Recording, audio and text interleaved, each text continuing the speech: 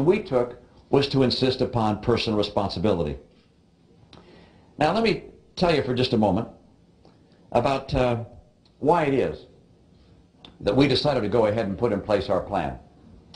First of all, I'll note that about 94% of our population in my state was insured before we put this plan in place. For that 94%, there was no change in their insurance policies.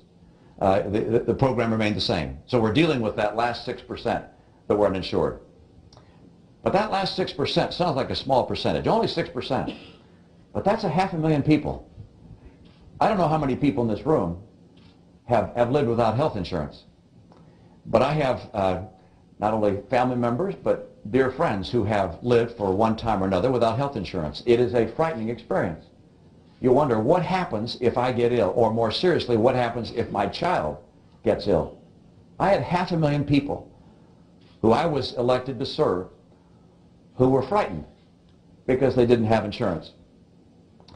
As a result of the plan we put in place, about 400,000 of them are now insured. And I'm pleased with the fact that we were able to accomplish that. The other people who have insurance, the 94%, there's another feature for them. They don't have to worry about losing insurance if they change jobs or develop a serious condition and then change jobs. Because under our plan, everybody in the state is able to get affordable insurance. I also note there's no government insurance here. We didn't create a government insurance program or a government policy that people got. No, we gave people a premium support program where they could buy their own private insurance of their choice, and for the poor, we helped them with support. The analysis of what the cost of the program would be was carried out by a group called the Massachusetts Taxpayers Foundation. They're an independent think tank funded largely by business interests.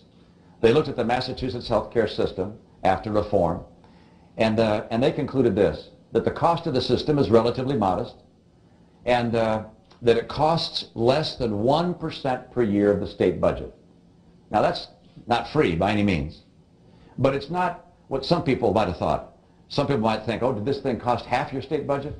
A quarter of your state budget? 10% of your state budget? No, it costs less than 1% of the state budget. And by the way, I think that's too much. If I were governor, I'd get it down to 0. Because don't forget, we were already paying for people who were getting free care. I wanted to limit how much we were going to pay in the future to that amount that we had already been paying. All these things we did without a tax increase. Now I know that with that summary about what we did and its differences with President Obama's plan, that explanation is not going to satisfy everybody. And I respect the views of those who think that we took the wrong course and who think we should have taken a different course.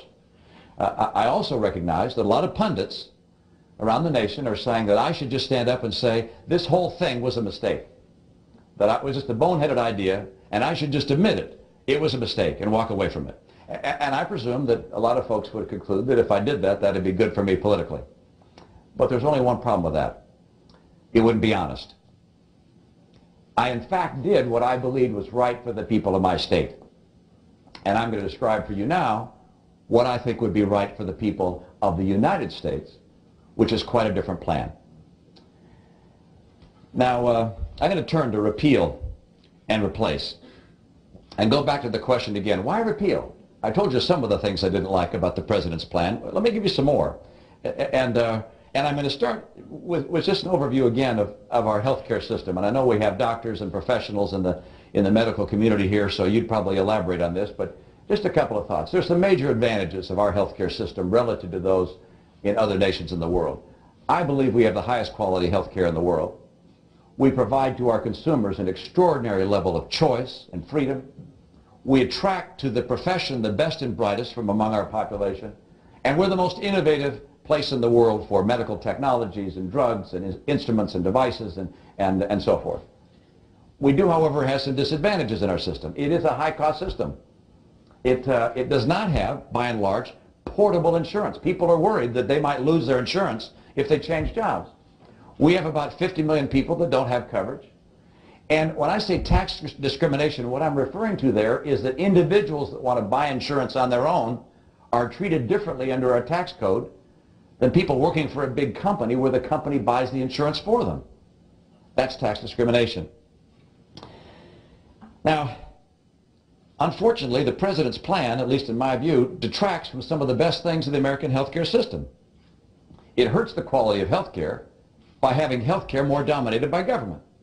It also reduces consumer choice by having government play a bigger role in deciding what insurance you can get and what will be covered under your insurance.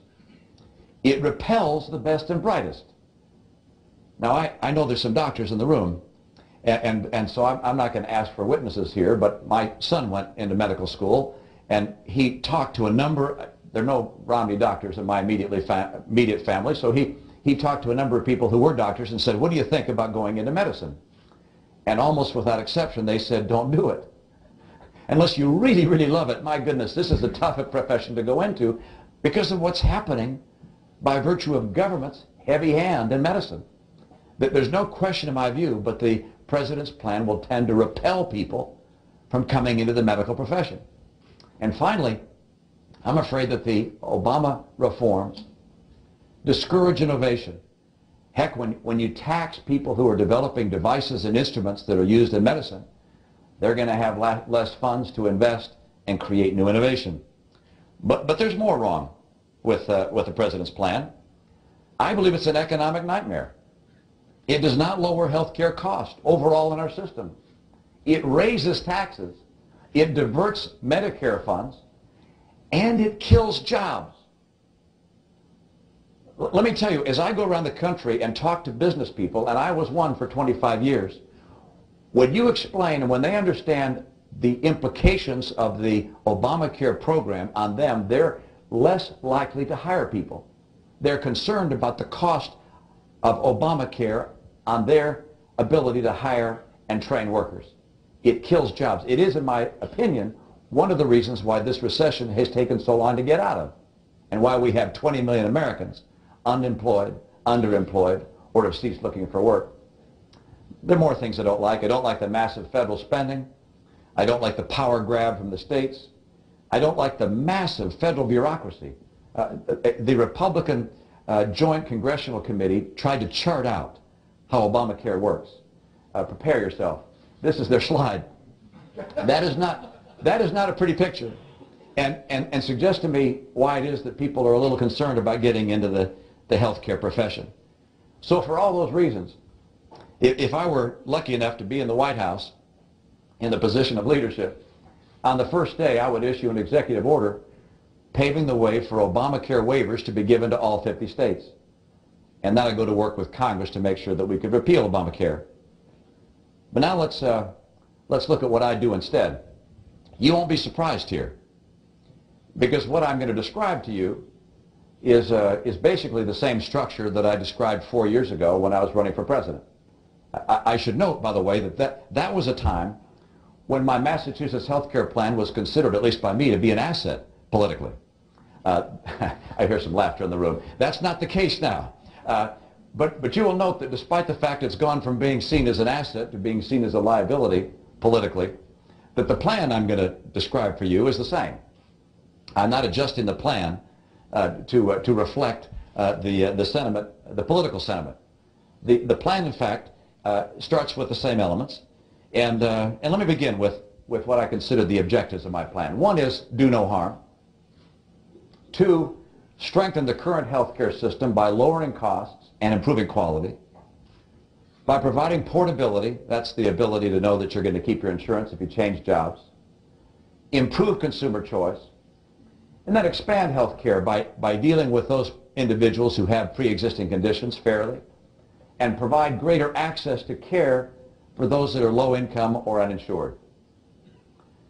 5 principles. Restore states to leadership. Empower individuals to purchase their own insurance.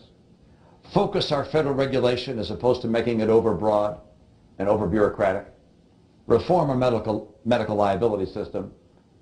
And introduce market forces to health care to the extent possible, one by one. Restore to the states the responsibility and the resources to care for their own poor, their own uninsured, and their chronically ill. The state is the best place to determine who's